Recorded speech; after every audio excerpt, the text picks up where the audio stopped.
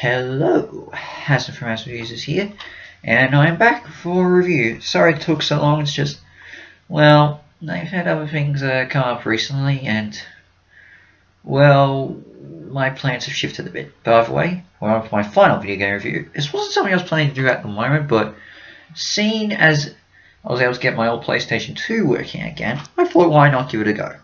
And today we're reviewing Nicktoons Battle for Volcano Island. Or as it's known right here, SpongeBob and Friends Battle for Volcano Island.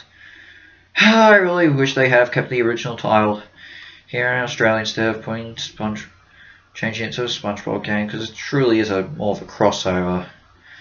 In the end, it's not too bad. I mean, it's fine enough, I guess. But either way. So if you weren't around in the early 2000s, you will probably not know of this game.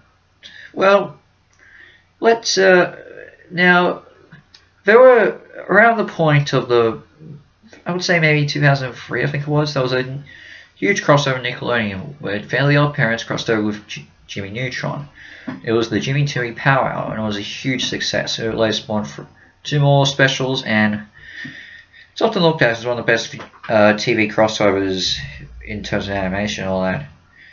This sort of inspired Nickelodeon to create a video game where their main 4 TV shows, SpongeBob SquarePants, Danny Phantom, Fairly Odd Parents, and Jimmy Neutron, will cross over. So teaming up with THQ and being developed by Blue Tongue Studios, an Australian video game developer who will later go on to make the Blob series, they created a game called Nicktoons Unite, where the 4 heroes of those 4 TV shows went up against their enemies, being Plankton from SpongeBob, Vlad from Danny Phantom, Professor Calamitous from Jimmy Neutron, and Crocker from Fairly Odd Parents.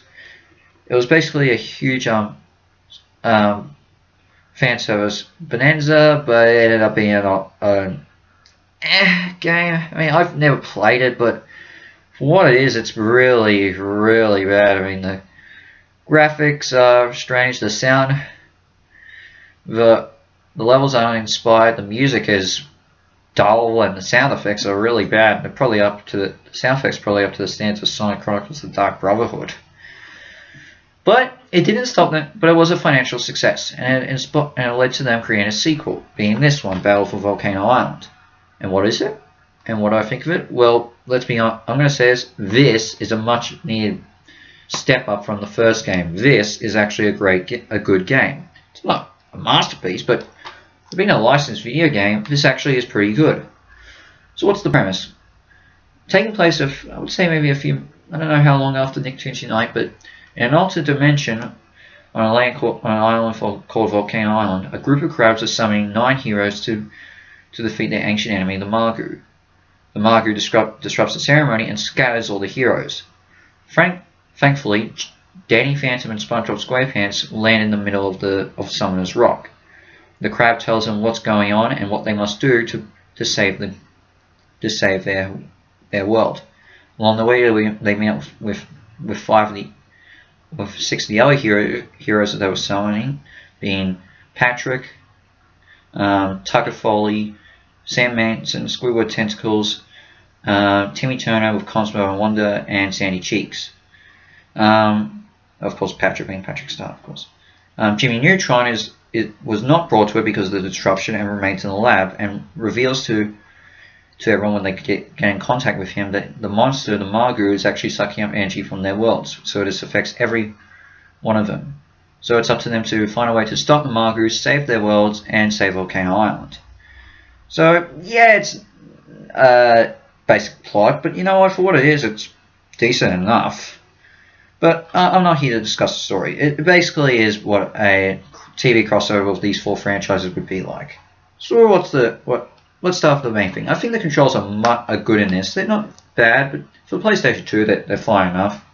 I've never played the GameCube version or the GBA and DS versions, which I hear are very they had to cut out a few things in the GBA and DS versions, but anyway, but they're fine. The graphics themselves, actually, the graphics for PlayStation 2 are pretty good. I think they nailed the beach scene pretty well, and cartoonish vibe. It's a lot better than what Nicktoons Unite looked like. The character model is also pretty good. I mean, you don't see much of Jimmy Neutron, but for what he is, he's a little bit of a step up from Nicktoons Unite, I guess. But every other character in this looks exactly what is animated pretty good and looks exactly what these characters in 3D will look like in a video game, that is. The music is also pretty good. This has actually got some pretty catchy bits of music, especially with the opening stage. That's pretty good. I'd say the only stage I'm not a fan of with the music is the final battle to the Margu. Well, climbing to the Margu itself. But every other bit of music in this is pretty good. I think stage 3's music is also pretty good too. Yeah, there's some pretty good tunes in this, and the bonus stage tracks are also pretty good. The voice acting is pretty good. They managed to get all the voice actors to reprise their roles from their shows. So you've got David Kaufman as Danny Phantom, Tom Kenny as SpongeBob SquarePants, Tara Strong as Timmy Turner. Yeah, you got all of them back. And the completion bonus is also pretty good. If you collect all the salvage items, you unlock bonus stages for all 8 of the people of the heroes. Well, okay, 6 of them, and the other 2 get movie theaters and art galleries. There's also a zoo where the more enemies you defeat, they end up there, and also special outfits for the 6 playable characters. Now I said 6 because the characters you see on this cover are the characters you play as. So you start the game with SpongeBob and Danny, then you unlock Patrick, then Sam, then Timmy Turner, and then Sandy. With Tucker and Squidward are supporting characters who help out, who you see in the hub world, which is pretty good for hub world. Well, Jimmy appears only in cutscenes. But yeah, it would have been nice to have Tucker and Squidward and Jimmy playable. In fact, with Jimmy Neutron, they could have brought in Cindy, Sheen, Carl, and Libby. Well, at least, especially Cindy, because she's in Nicktoons Unite. But yeah, for what it is, it's fine.